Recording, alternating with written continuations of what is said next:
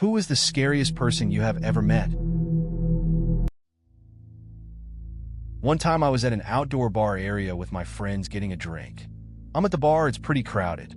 Dude comes up beside me and isn't really looking to get a drink. He's just kind of looking at me really intensely. Really big guy, probably 6 feet 3 inches, 220 plus of just muscle. I'm like 6 and maybe 160. And he nonchalantly starts talking about how his favorite thing on a night out is to just punch an absolutely random person and see their lights go out, laying on the floor. He says he does it when he's coked out, which he insinuated he was. Just goes on and on about the thrill he gets from knocking someone out who he doesn't even know. The things he said were probably more graphic and violent than I remember. I was like, what the fuck, I need to get the fuck out of here. Not sure how the conversation turned, but he mentioned he was out on the town because he went through a breakup. He said, "Are you my bro?" I was like, "Yeah man, sure, we're buds." Got my drink and said something like, "Cheers to all the fish in the sea" or some shit. Got back to my friends and kept that guy in the corner of my eye all night long. That sounds like a tense situation.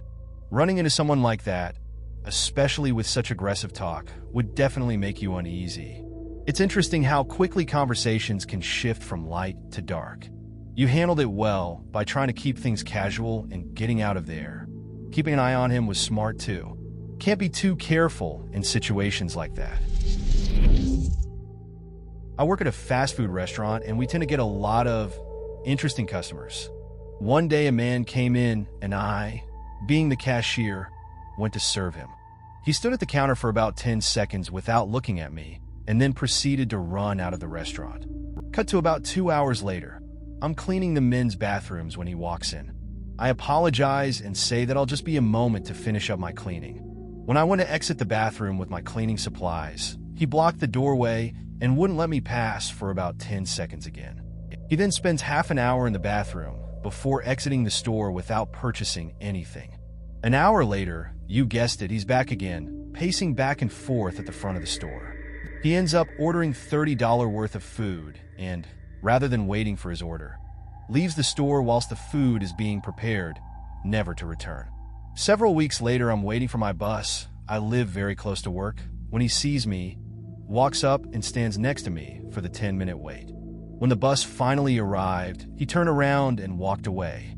As a young woman, this scared the shit out of me, particularly when I drove past him getting arrested a couple of weeks ago, surrounded by police officers. It's pretty wild how some customers can be so unpredictable. This guy sounds like he was just in his own world, which is unsettling. You never know what to expect, especially when it starts to feel creepy. Being in that situation would leave anyone on edge. The fact that he got arrested later adds another layer to the whole thing. Glad you're okay though. Just a weird experience overall.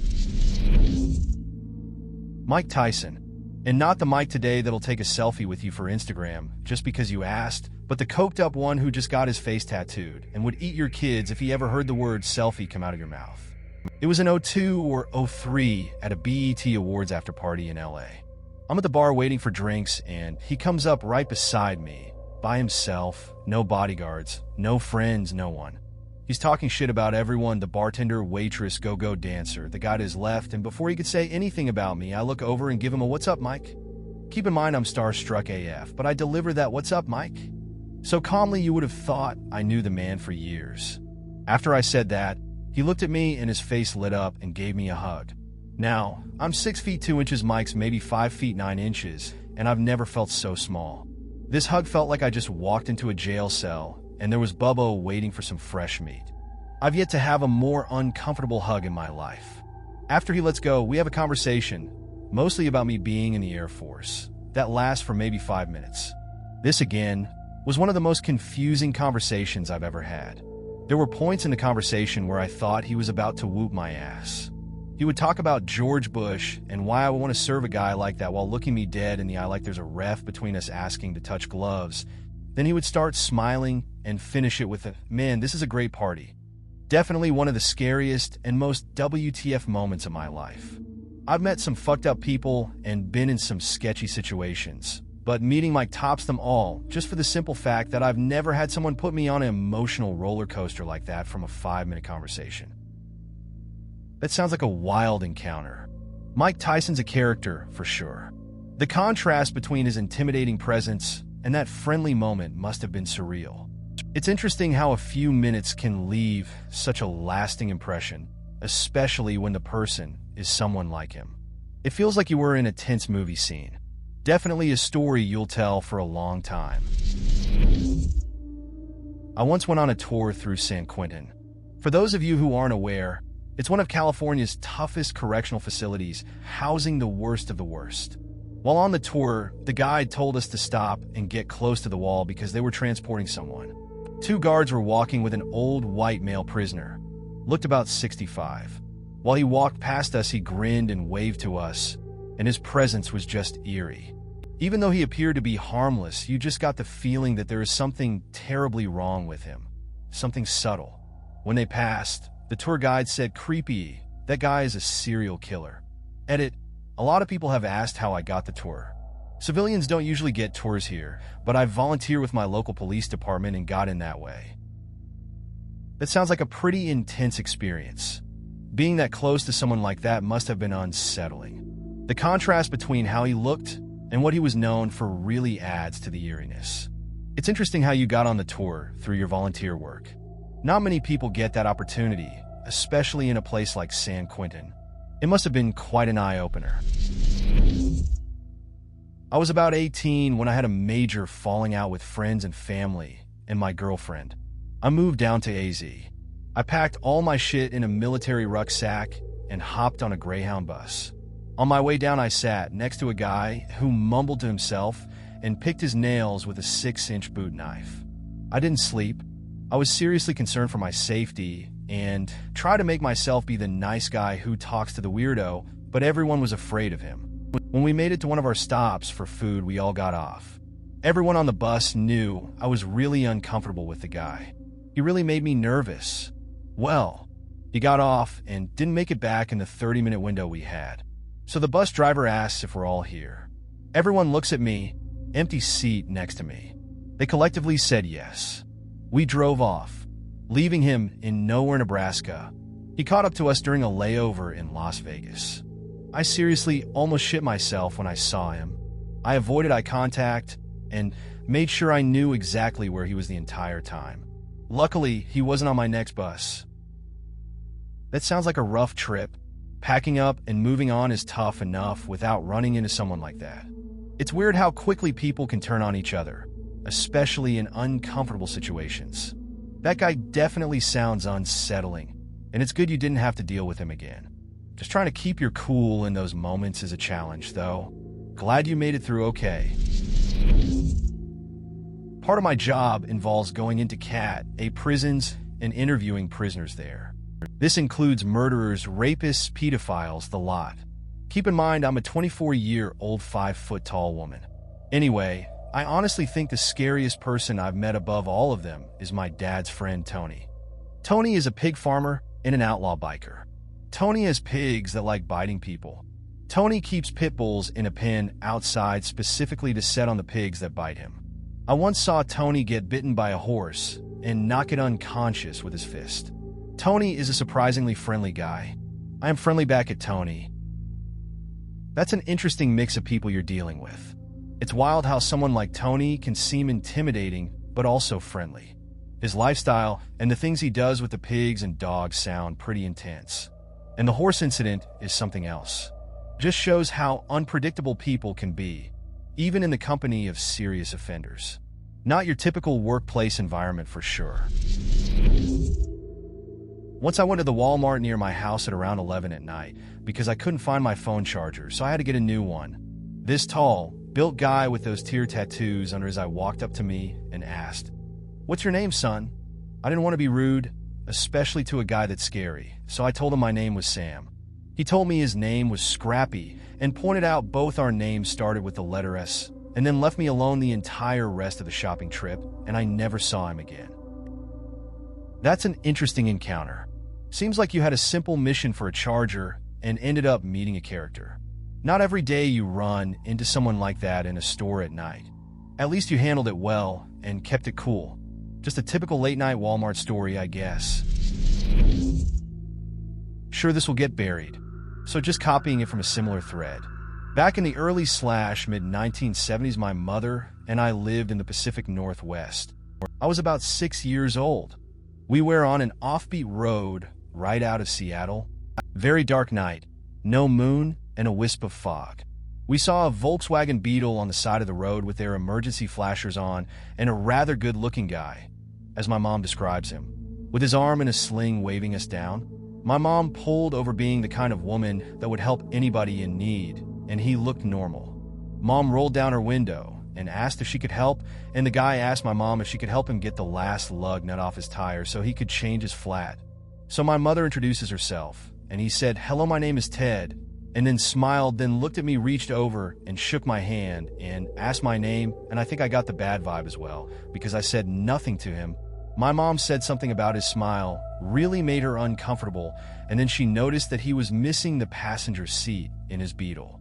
So she rolls the window back up and said she would call a tow truck to come help him at the next city. Then speeds away while looking in her rear view mirror. She sees him taking off the sling and getting back in the Beetle, and took off very fast in the opposite direction. So that's the night at 6 years old I shook the hand of Ted Bundy.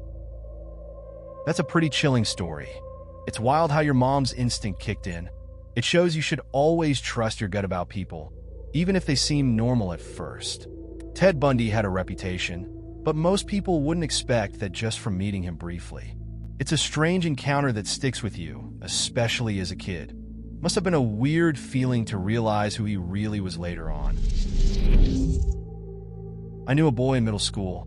Sweet as can be, hilarious, completely dorky and goofy in all the best ways. His life was pretty sad. His dad had died when he was little, and then his mom died the summer before we started 7th grade. He never acted down, though. His situation wasn't common knowledge, so one day, these girls were making fun of him, as girls do, and one decided to insult his mother. Instantly, he went silent. Completely silent. Mind you, this kid had never been silent in his life, but he was silent now. The girls, sensing weakness, continued on that path and increased the insults. Before I could jump in or say anything, the boy lurched to his feet, and the look in his eyes, I legitimately thought he was going to hurt them. I grabbed his arm and held him back, and he didn't resist, just stood there clenching his fists. The girls sensed that they had gone too far and left. He watched them go before turning and looking at me. He didn't say anything, but there was still bloodlust in his eyes. I let go of him. As he walked away, I noticed that there was blood dripping on the ground from his fist. As he walked, he finally unclenched them, and there were these huge gashes on his palms. He had clenched his fists so hard that he had cut open his own skin. And that, children, is the day I became very, very afraid of my friend. This story is pretty intense. The contrast between the boy's usual demeanor and that moment of rage shows a lot about his struggle. It's unsettling how words can push someone to a breaking point, even if they usually keep it together. The image of him hurting himself in the process is striking. Definitely paints a clear picture of how deep his pain runs. That fear felt by the narrator is understandable. A trader at the bank I work at. Guy's a walking insult machine, and not random swear words, but the kind of stuff you'd read on our slash roast me. Bloody hell. Mocked a shirt I was wearing a few weeks ago. I still have not come up with a proper comeback for that. Edit. On popular demand, the context, I've been working out so I've lost a few pounds. As a result, some of my shirts are now a bit loose. I was passing by the place where he was in a huddle with other traders. He pauses, stands up, calls out, "Oi, Tark, aren't you a bit too old to be wearing your daddy's clothes?" and proceeds with his meeting as if nothing happened. Sounds like that trader knows how to hit below the belt. It's tough to come up with a good comeback on the spot. The best response might just be to brush it off and let your gains do the talking. Maybe next time, come back with something clever in advance. They say the best revenge is showing improvement. My brother played soccer as a teenager in Brooklyn. One of the parents was named Yuri, and he was a very large Russian man. He said he worked in construction and drove a Mercedes. During one of the games, a drunk man wandered to the field and started heckling the players. When one of the players got hurt, this drunk guy yelled for him to suck it up and stop being a pussy. Yuri walked up to the man and told him to leave or he'd kill him. The drunk slurred that there was no way in hell he'd lose a fight to Yuri. Yuri's response: "There will be no fight. I will take you behind bushes and kill you." The look in Yuri's eyes were of a man who had killed before and clearly was fine it. The drunk shut up and left. TLDR, watch soccer games with a Russian mobster. That's quite a story. A soccer game taking a turn like that with a wild drunk and a guy like Yuri. It's impressive how he handled the situation. Not everyone would step in like that. The way he said he would handle it shows he meant business. Probably a good idea for that drunk to back off. Seems like a memorable experience watching games back then.